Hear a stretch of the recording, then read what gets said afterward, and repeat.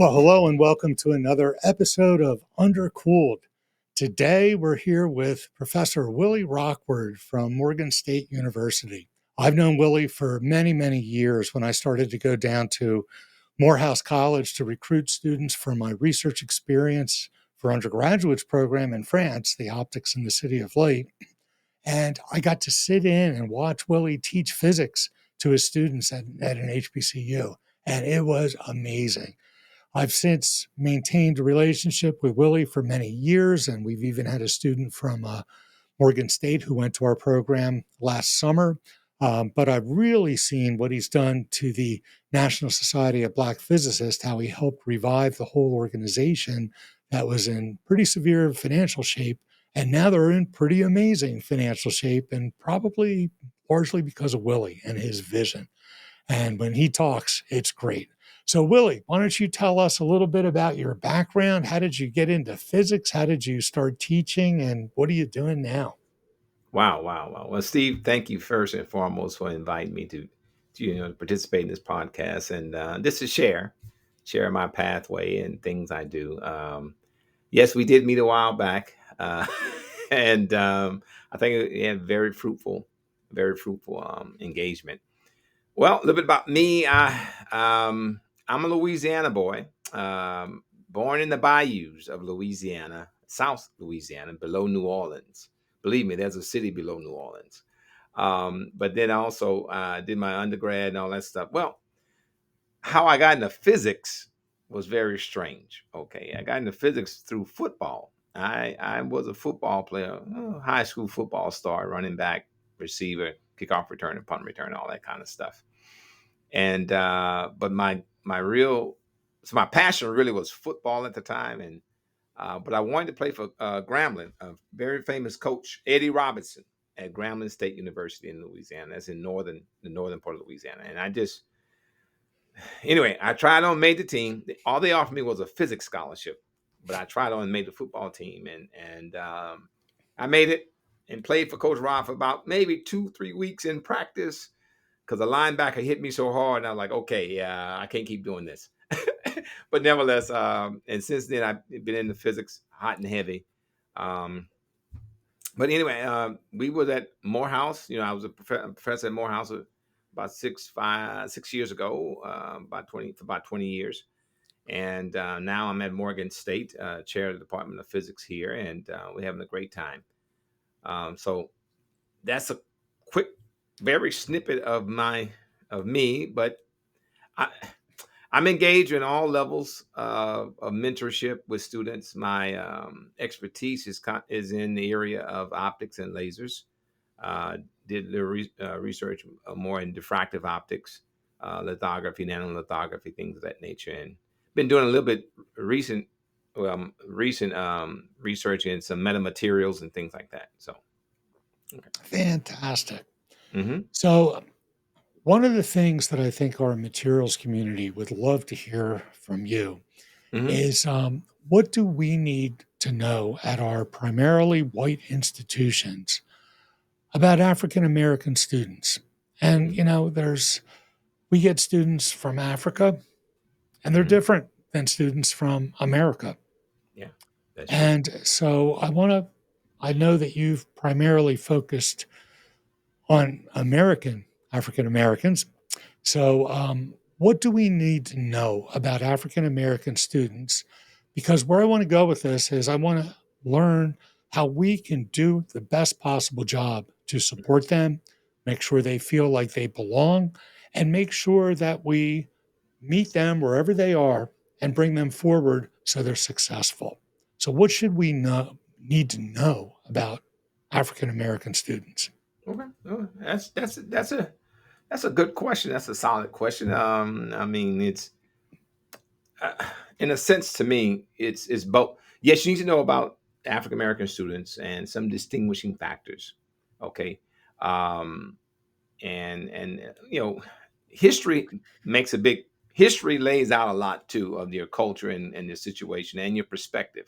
All right, and with African American students, you got to understand they all don't come with a standard background, right? They don't come all prepared for physics or the material science. they many of them come with they come like as raw material. Okay, meaning like, okay, in the in the raw, if you able to process it some and deal with it some, you'll be able to refine it and get it to where it needs to be. And that means, okay, some have other issues, non-academic issues that affect their academics. Okay, and then there's some come, just solid, straightforward. But a good thing you need to know is that we are a relational people. All right, African Americans are relational, meaning like I'm not going to really get to know you or feel belong unless uh, I feel you out for my good, for my improvement, for my betterment, and that takes an opportunity to get to know you more than just in the classroom. Okay, but I begin to know you from the classroom, your classroom dynamics, from your classroom perspectives, from your classroom assignments, from how you would engage with me as I'm watching you engage with other students too. Okay, are you just being are you giving me a special kind of way and giving other students another kind of way? No, no. If all of us are your students, give us all the same way. Okay, if you're gonna be hard on me, you be hard on everybody. If you're gonna be, give this student some opportunities, give all your students opportunities. So just, come with a consistent approach and a consistent, and that begins to allows me as an African American student to want to open up and get to know you more as a professor, and respect you in that regard. So, yes, it's not as difficult as it sounds. It really is, being consistent and being genuine to all students, and especially African American students too. And that way, we will see that we're part of your group of students. Period. Hmm. That's great. And so you've been at, Morehouse, and now you're at Morgan State. And you've been dealing with students who come from, like you said, a very wide range of backgrounds. Hmm. And some of these backgrounds are really backgrounds that are pretty tough. Students who come from very underprivileged economically and also dangerous childhoods Hmm. with so how do you help the students who come from the worst backgrounds? How do you engage the other students to help you? From what I saw, the whole ethos of the institution is all around helping others. I'll never forget the first NSBE meeting I went to at AUC. There was a woman from Spelman who was the president. The room was packed. And they started by saying, well, we're going to start this by standing up and reciting our mission. And I'm like thinking, oh my God, that's ridiculous. Who cares about mission statements? And then I heard it. And I was so moved. It was almost religious because their mission statement was all about reaching down and helping their brothers and sisters Hmm. have the opportunities that they've been blessed to have themselves. It's Hmm. like, that was powerful. Now, this Hmm. doesn't happen. I mean, it might happen at NSBE meetings here, but it's not part of our ethos the way it is at an HBCU. So maybe at an HBCU, how you leverage that to help the students with the most disadvantaged backgrounds, the students who are further behind in your physics class. Well, yeah, you hit some of the good points. In bringing them along is that they got, part of it is to bring someone along. They need to belong to bring them along, right? Okay, and to do so, you got to see what areas that they would fit in. Okay, what areas they seem to have some connection to. Okay, and so one of the things I always do to help my students with different backgrounds, the worst ones, and even some with the better ones, you can say, I always pull them into my office and have a one-on-one. Okay, a one-on-one, and I listen to them carefully. I ask them a basic question. You know, what's your passion? Where do you see yourself? Okay, you 18, 19, maybe 20, Add 10 years to yourself, and what do you see yourself doing? Okay. So I try to drive home, find out what their passion. And then I say, okay, well, then once they start talking, and some of them may say, I don't know. I say, okay, but what do you like? Okay. So I keep the question around them. Okay. And as they engage with me, I listen intently, and I make mental notes, what is unique with them. And so therefore, as I'm going into the classroom, I try to make sure I'm pointing certain opportunities and certain, even some certain material that may, overlap their background. Some I don't necessarily call them out on the spot, but I give them opportunity to respond to me. So when we are talking one on one in my office, I also share with them some of my personal challenges. I have to keep reminding them, like, look, you seeing me at a refined state. I wasn't always this way. We go through a growth patterns, and all of us, I say everyone, the professors, all of us have had our challenging point too. I say, but every last one of us also had someone who was like a champion for us, someone who helped us along, and they didn't have nothing behind it. They didn't have any hidden agendas or anything. They wanted to help you. They wanted to help me and help us become the best people we can become. Okay. And I said, and that's the same thing I'm trying to do for you. I want to give you as much support. I said, but I'm also expecting you to put forth your best effort. I'm expecting you to let me know when you need some help, or you feel like you can't quite make it, or you just don't know, or you just want to sit down and just want to chat. Okay. So I make sure that they're engaged and they don't see me as if I'm the one, some savior to solve all their problems, but I also help them to see that, hey, I am a resource for you to be here to help you out. And you got to take advantage of it, as best as we can. And so when they start feeling that after a couple of meetings, they begin to start really. I mean, I start seeing them really, really grow. Mm-hmm. That's awesome. And when I saw you teach in the classroom, you were tough on those students, really tough. And it was uniform, all of them. But when I walked out and talked to the students, they all loved you. And they loved you because you love them. And so I walked, what I got from that is you had this pedagogy of tough love. And I just think that was amazing. And I wish I could do what you did. And so, any advice for how to be tough on your students and still make sure that they love you, that you love them? Like, how do you communicate that you love them, even though you're being tough on them? Oh, I don't know my secret sauce yet on that one, but I give you some tough love. Well, to me, it's like, I try to make sure they know. Okay, this is one thing I always tell them too, is I tell them I have a motto. I say my motto from all of my classes is hard but fair. I say hard but fair. And I say, really, y'all, I'm not really that fair.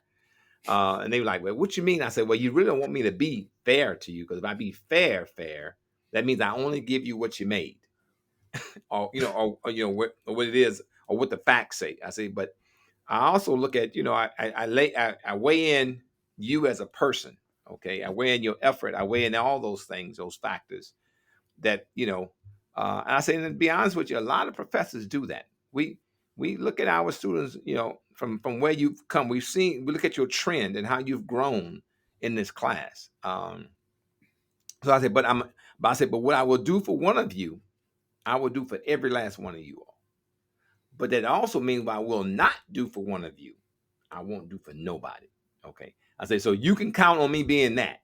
Okay. And I say, and then I try to help them also grow out of the me, myself, and I mindset. But I said, okay. I said, you got to remember this. I said, you got to learn to follow the lead of your professor, or the lead of whoever is in charge or responsible for this class, or whatever it may be. It may be on your job. Okay. I said, you got to understand, especially in the class, that we as professors, first of all, this is not our first rodeo. This is not our first time teaching this class in most cases. I said, but the bottom line, even if it is our first time teaching the class, we know what we're gonna put on the exam. We know what the class is gonna look like for the whole length of the semester. I say, you don't. I say, so what you gotta do, you gotta lean on my on that. Okay. So you gotta get in my mindset as a professor. I say, so when you start thinking about it from that perspective, you will be able to start listening to me and picking up on me and picking up on stuff that I'm really emphasizing and things like that. And some stuff that I'm telling you, hey, go and finish that. That's like a hint saying you're gonna see that again. So I kind of coach them along the way. And when we outside the classroom, they see the same guy. They don't see somebody who I look down on them or anything like that. I mean, I keep them in the proper perspective. They do address me by my title, Dr. Rockward. Well, most of them can't call me by my last name. So they just call me Dr. Rock. Okay, and I told them that's fine. That's fine like that. But and we have a mutual respect, a professional mutual respect, both in the classroom and outside the classroom. Now, yes, in the classroom, I got some rules and regulations. And like one of my rules, especially at Morehouse, and even I brought up here at Morgan, in my physics class, you can't write in a pencil. They know if I see a pencil hanging out your book bag, I'm going to kick you out my class. And they like, what? I say, yes. I said, because in the physics arena, we've learned to write things down. So we learn to be intentional in our thoughts. And we try to be careful. And then so when we write in pen, if we make a mistake, we just draw a line through it and start writing to the left or to the right, because sometimes we think we were right, we were doing something wrong, but we actually was doing it right. But if you scratch it out and you use a pencil, you're going to erase and you won't have nothing to compare it to. I said, so in physics, we're not afraid to make mistakes. We learn from our mistakes. I said, and that's what we want to keep driving with you. Don't be afraid to make mistakes. Now, some mistakes you shouldn't be making because you saw other people make those mistakes, right? I say, so some stuff you should not be doing, but there's some new mistakes to be made because there's some new problems to be solved. And so when they start seeing that perspective, and I even share with them some of the mistakes that I've even made in my personal life, okay, along the way where I'm at now. And they like, wow, Dr. Rockward. I say, no, I'm not perfect. I'm human like you. I still make mistakes, but I said that's just some stuff I've grown past.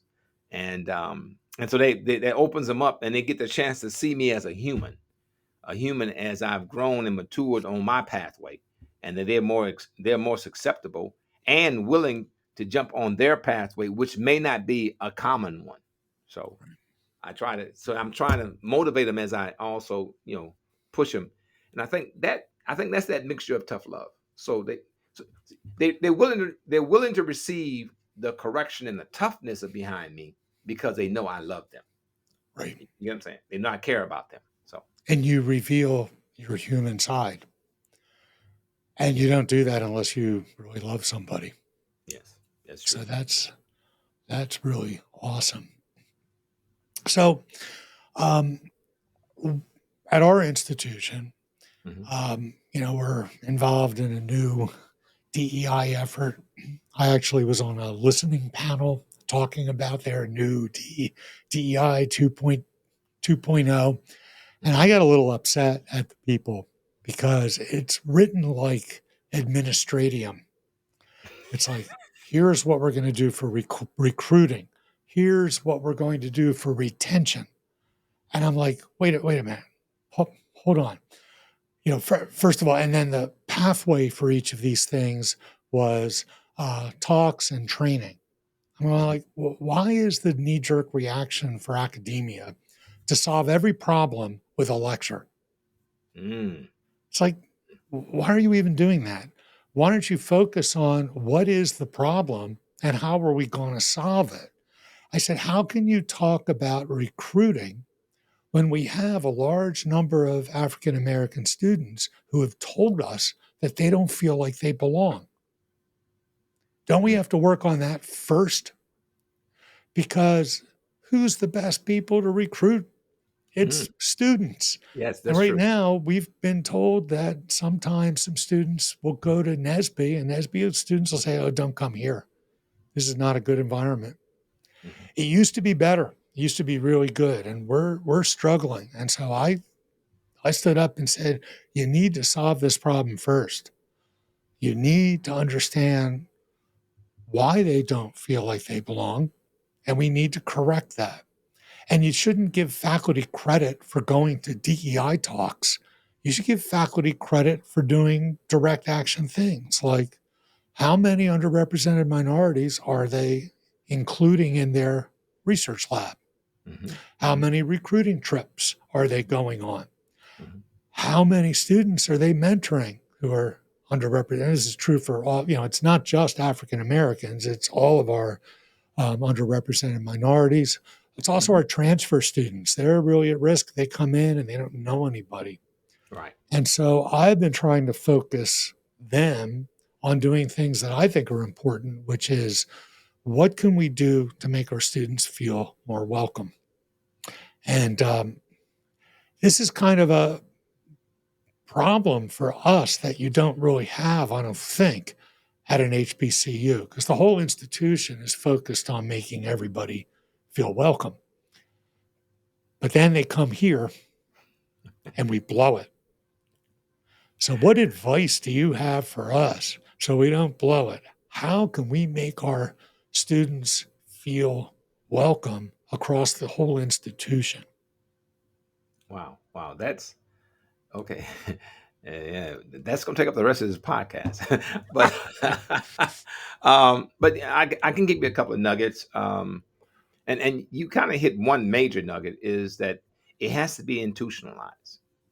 The institution has to see that all of its students, okay, yes, underrepresented minorities, but everybody is important. All of my students are important, and my faculty is important, and my staff is important, right? Because if we don't have the infrastructure and support structure, we can't get our students through. So all of us are important, all right? Um, and so one of the biggest thing I've always tried my best to do, and I share with them, is okay to really help a student feel belong. It's going to take um, extra time. It's going to take extra exposure. It's going to take it's going to take a whole village to kind of do. You can't. No one person can do it all. But as a village, a collective, we can get it done, right? Because there's some areas like say you Steve, you're very good. You're very encouraging. You're very motivational in the sense you a student. Whenever I send any of my students to you, excuse me, and the optics and lights program, they always say that you all made sure that they were engaged with the group. And what you required of them, you required of everybody. Okay, and that's important. When students, especially underrepresented minorities, see a uh, uniform rule and also expectation, okay, of everybody, they start realizing, okay, well, does not have to do with race, creed, or color. This is one of the standards that we all got to meet, and everybody's meeting it. Okay, and you're helping me to meet it. You're not just giving me this standard to meet and not helping me to understand and things. So you also making ways and resources for me to help. So providing resources, providing insight, God, and like you say, sometimes structuring opportunities for them to get into study groups, right? Because if you come as a transfer student or you come in as a dual degree engineering student who spent two or 3 years at another institution, and now you come into this Right. major institution, or even as a undergrad going to graduate school at your institution in Michigan, I'm going to a whole new culture. I'm going to a whole new environment. Okay. And it's good to have somebody there who I can relate to and connect to. And they don't always have to look like me. Okay. But it'd be good to have something that does look like me, but also to know that everyone don't have to look like you to want you to be a part of the community. Okay. Yeah, we're just starting some programs. So, in our literature sciences and arts college, Hmm. they have some very good study group systems where people can sign up for a time. And once you have 15 people, that one's closed. Then they pay a student who did well in the course, who's now a upperclassman. They pay that student to mentor that study group, and they Wow. do it on Zoom. So you have no idea who's in the study group until you first meet. But the benefit is you actually get a student, someone your age who knows the material, who can help drive the conversation. And I think Wow. this is great. So I've asked if we can do that in engineering, and I've actually gotten a lot of support. I think the deans like this idea. It's not that expensive. And I actually found out that some of the other departments are already doing things like this. And we're going to do it. We're just going to use what's that tool called? Oh, that my wife did it for for when my kids were in high school. The Sign Up Genius. With a Oh, free Sign Up Genius account, you can have students sign up for different times, and it doesn't cost anything. We just pay the student. And I love paying undergrads $18 an hour to teach other students because it's like the first time in their life they ever got paid for what they just paid all that money for, right? And they're actually using what they just learned and making money. I think that's a wonderful thing. And so I do that in my class, and I'm not going to convince the other faculty to do what I do, but I use team-based teaching in mhm, all of my classes. And so I make the teams, and I make the teams based on the diversity in the classroom, mhm, making sure I don't strand a URM, make sure there's at least two or two women. But we have so much diversity in our classes. Like I teach a class where I have, first year through fourth year. I teach a mm, class where I have all these different departments. This term, I'm teaching an archaeology class with an archaeology professor. And so we have people who are sociology majors, who are business majors. Last year, I even had one of the hockey team uh, players who left in the middle of the term because he got drafted by the New Jersey Devils. oh, But when you have all those different voices, not only will people start to understand and value diversity for what it can bring to the success mhm, of a team, it also creates built in study groups because the yeah, team has to stick together. And I, teach them. And then I hire instructional aides, which are undergrads, to help mentor these teams. But I mhm, quickly realized they should rename it. IA shouldn't mean instructional aid. It should be inclusion ambassador. And what mm, they do is they watch these teams and they're their age. And I tell everyone they're going to do this. If you're an introvert and you just sit there and don't say anything, you're not helping yourself, right? No one's going to know that you have something of value to give to the rest of the team. And, it goes right back to your football roots. We had our coach, Bo Schembechler, who painted famously on the tunnel, the team, the team, the team, right? Nothing matters except the success of the team. And guess mm, what? That's where all of our students end up in industry. It's all about the team. And so you have to help the other members of your team be the best they can so the team can be the best they can. mm, And so they pull the introverts aside and say, hey, I know this is tough, but I'm going to, later on, I'm going to be calling on you. And it's not because I'm trying to be mean. I just need you to let others know that you have mhm, something valuable to say. And we do the same with the extroverts. We tell them, you have to learn how to listen. You can't. I had a student once, he got marked down on a project because all of his teammates hated him. And he came up to me and he goes, I did everything for that team. It was my idea. I did all the research. I built the project. I was the one who did everything. And I said, mm, I hear you. I hear you. And you didn't let anyone else do anything. And they were pretty upset about that. And so that's why you got marked down because you didn't let others have a chance. And so I'm sorry, that's a tough lesson to learn this way, but mhm, that's how we do it. mhm, So anyway, there's lots of techniques And I wish more faculty were open to, I mean, it comes down to what you said. The institution has to change. Yes. Yes. How do I convince my colleagues to do this? You Wow. know, I once, so we get accredited by a group called ABET Hmm. for engineering. And I have a good friend who's way up high in ABET, and they're now going through diversity DEI criteria for ABET. It's very difficult. Wow. So they haven't quite done it. But what he told me was really valuable. He says, listen, it's not about so much giving people an unfair advantage or any of that. It's about the fact that our students are going to get an industry and they're going to work with diverse teams. Hmm. They have to learn in school how to work with a diverse team so they Correct. hit the ground running when they go to industry. Correct. I just thought that was an interesting perspective. That's a full perspective when you actually look at it. And the diversity of the team is becoming more than just national now. It's global. It's Oh, a global yeah. thing. The most successful teams, right, are being very effective, not just in their regional or national area. They're being effective globally in a variety of countries and things like that. So you're right.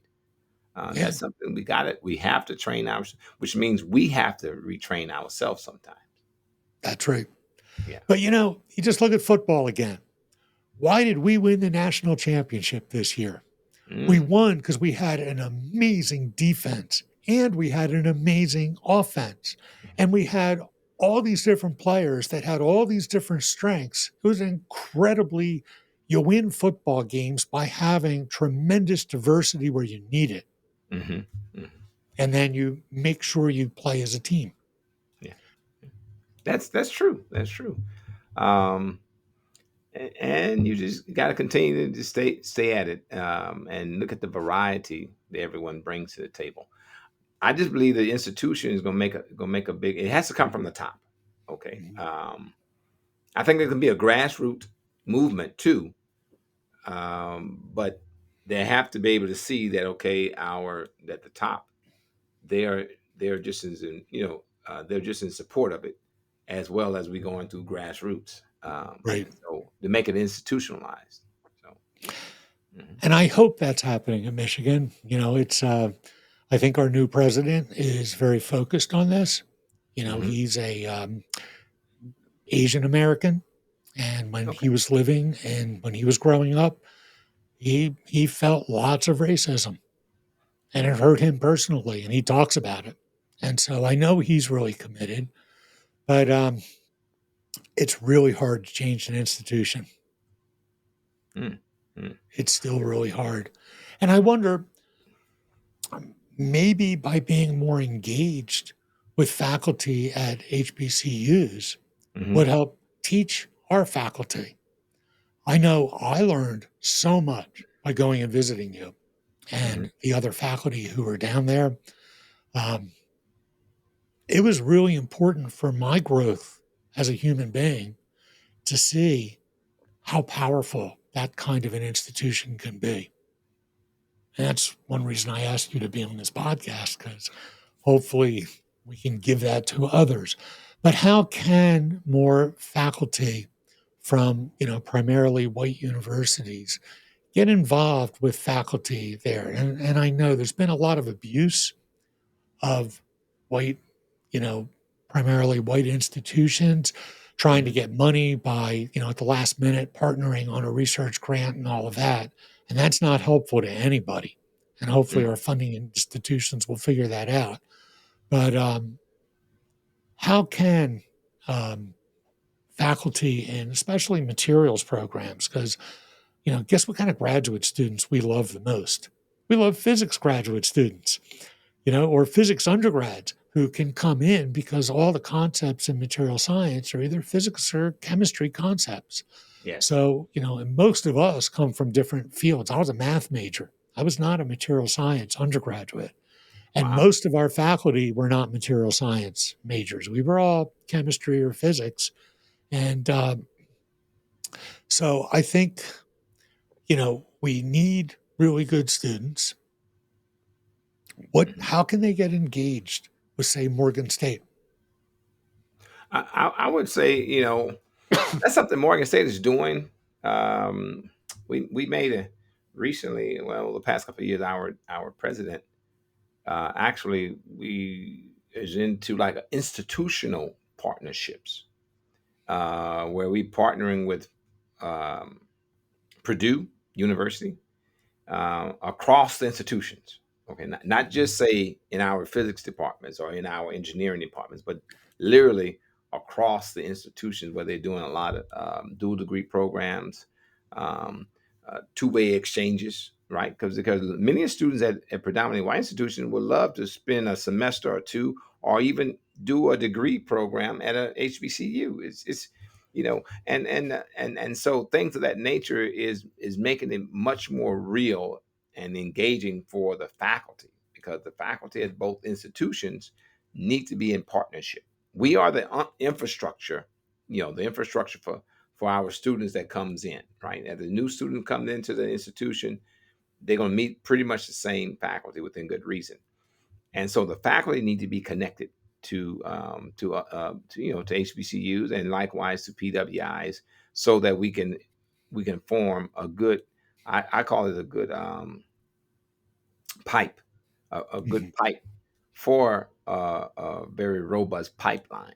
You want a pipeline of students. That means in order to get the students flowing, you need to Right. have a good pipe, and the pipe is the faculty. And so if we can continue to work together like that, we'll be able to give our students a lot more opportunities, and they'll get a sense of belonging. Say like say an underrepresented minority coming from HBCU will get a greater sense of belonging by already being connected to the PWI before they even get there. Okay, and in Right. fact, that's how they really their productivity level really goes off the roof. I mean, you just see them really really blossom. Now, NSF has some very interesting programs to help facilitate some of this with their Mhm. PREM program. Yes. How does a PWI get involved with a minority serving institution to start a PREM? I presume it's first you need good relationships with the faculty. Yes, yes, that's true. I mean, that's what's going on with us in Morgan right now. We have a Prim grant, and we, in materials, hint, hint, and so we actually connect with PWIs, John Hopkins, Penn State, things like that in different areas where we have some strong overlap in our fields. I mean, in the types of material, 2D materials and things like that. That's where you begin to really, really establish some great collaborations. And guess what? The prim becomes easy, and it's both sides, right? Not only for the prim for the HBCU, but then the PWI have other programs that they want to apply to, and they have a true collaboration with faculty at HBCU, and they can actually go out and win a lot more grants That's great. Well, we and actually, exchange of students a lot too. that's So, right. So we mhm. just got a MRSEC that just started about 3 weeks ago. Wow. And it's run by Rachel Goldman. Hmm. And one of Rachel's students is Jared Mitchell. Remember Jared? Jared Mitchell? Yeah. Yeah. He was one of your students. Yes. He Yeah. went to the optics in the City of Light and he's about to graduate. What an amazing student. And so I will be calling you in a very short Please. time to ask about how we might write a prem together. Okay. Okay. I'm looking forward to it. I'm looking forward to it. I'm looking forward to it. I'm looking forward to it. But I think, that's a good, important um, message to other materials programs Hmm. of how they can start to develop a relationship with an HBCU. But I think it has to be predicated on mutual respect. Hmm. We can't just write it and say, hey, will you put your name on this? We have to sit down and do it collaboratively to say what can we do that'll be really unique for both of our institutions, and Hmm. what's going to match with the passions of the people who are actually involved. That, So yeah, that is so true. And also, um, it'd be a two-way street. As as you bring proposals to me, I bring proposals to you and say, hey, trade. see, can you help me, strengthen this proposal? Can we work together with this and see how we can put together a strong proposal that we may win too. So That's it has great. to be a two-way street. Yeah. So I had one last question, but I think you kind of answered it. So Mhm. I was going to ask, how should materials programs make sure we're supporting African American students and guaranteeing their success? And what does success look like? Mm. I think you answered that. Success is what the student wants success to be. And we need to ask the student, what do you view as success? Mhm, mhm, mhm, mhm. Now, but you got to also keep in mind that sometimes they don't know. I know, yeah, of course. And so, but it's also good when but allowing them to first engage, and come to the realization that they don't quite know yet. Then you can start feeding them some ideas. Say, hey, have Right. you tried this? Have you considered this? It use for this student, it looked like this, and then sometimes you ask yourself, well, where do I really want to be? Okay, and you let them know that you don't have to know right now.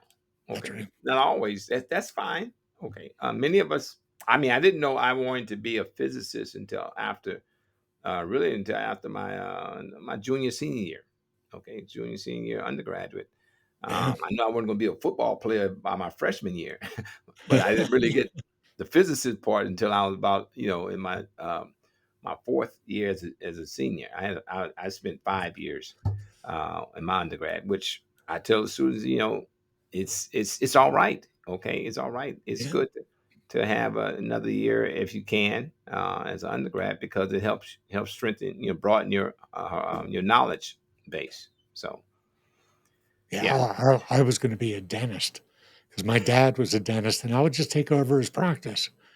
wow, But then I went to the exam, the pre dental exam, and I saw these people throwing airplanes at each other, little paper air, and they were just so lame. I'm like, wait a minute. I can't go to school with these people. I got up, walked out, and started looking at engineering programs. wow, okay, okay, So wow, you're right. You never know. And it's important to make sure people keep options open and hmm explore and get experience. So I'm our undergraduate advisor. I tell all the students, your summers are, you should be getting internships. You're going to make a lot of money. But more importantly, you're going to learn what it's like in industry. yes, And you should try some big industries and some small industries.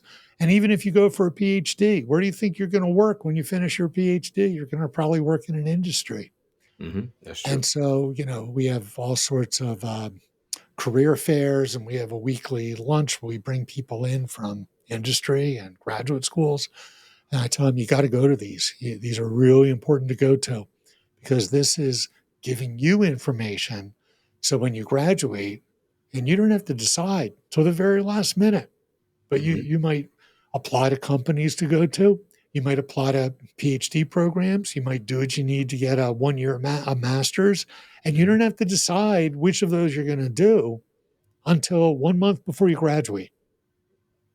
So Yeah. keep your options open, and then Mhm. won't it be wonderful if you have to make a hard decision? which to me, I always echo to them. There's some problems you like to have. That's right. Yeah, because it's a tough problem to choose what your path is going to be. But that's why I think every student needs to do research. They Right. might hate it. They might think it's terrible, and that's okay. They learned, Mm-hmm. hmm but it might also completely change their lives. It changed mine when I got to do research. I mm think you told me a great story of when you went to Bell Labs to do research.